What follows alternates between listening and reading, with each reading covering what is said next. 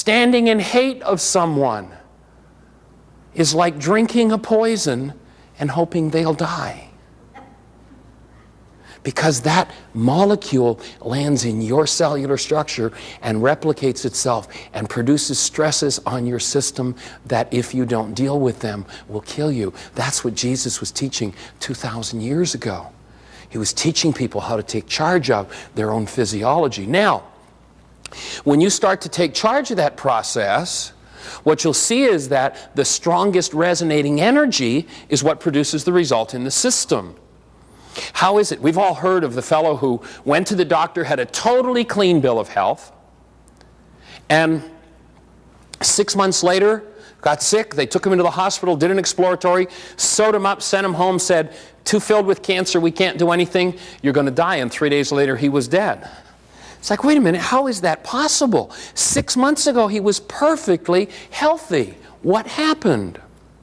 Well, if we go along in life continuously engaging in the disease of negativity, in fear, in hatred, in vengeance, in gossip, in slander, in condemnation, we're continuously putting into our cellular structure the mind energy of that, which is destructive. It literally, in the ancient languages, it was said it defiled our temple. And when we defile our temples, we're in the process of destroying it. And the minute that the predominant resonant energy shifts from one to another frequency, the whole system shifts with it.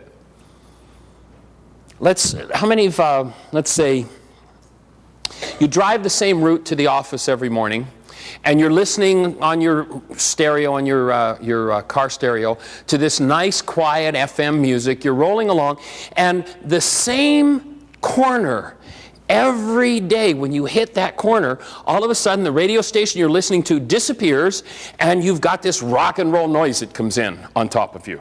How many have had that experience in your car radio with the FM? Well, the way the FM, or maybe you're listening to your rock and roll noise and this quiet FM music comes in, whatever. But what happens when that takes place? Well, the tuned circuitry of an FM radio is set up in a way that only one frequency can govern the system at a time. It's not so in the AM band. You notice you can turn your AM radio on and perhaps 2 or 3 stations come in on top of each other at once. You notice that doesn't happen with FM. The circuitry's tuned so that you've got to have a certain percentage of signal strength, and that station locks in and runs the whole system. Well, in exactly the same way as if you're driving away from the station you're listening to, and let's say it takes 51% signal strength, if you go from 51 to 50 to 49, and you're driving into the field of a new station, and it goes from 49 to 50 to 51, all of a sudden, it switches stations. If we have the person whose physiology is expressing health, and they continue in the fear mode, or the anger mode, or the hatred mode, when that signal shifts and it moves and becomes the predominant resonant energy, all of a sudden the whole cellular structure starts to shift into disease. That's how someone can bring about a disease process that quickly. And so it's the focused energy. Let thine eye be single. And so if the predominant resonant energy in the system moves from health to disease, we see the system moving into disease. Now, how does miracle healing happen? Well, all you have to do is reverse the process. Unfortunately, we're not used to seeing people reverse the process.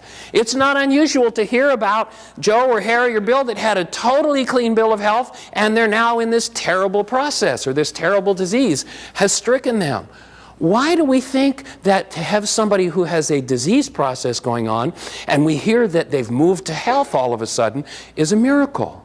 It's not miraculous. I mean, it's miraculous in that it happens, but it follows a lawful process that we can understand.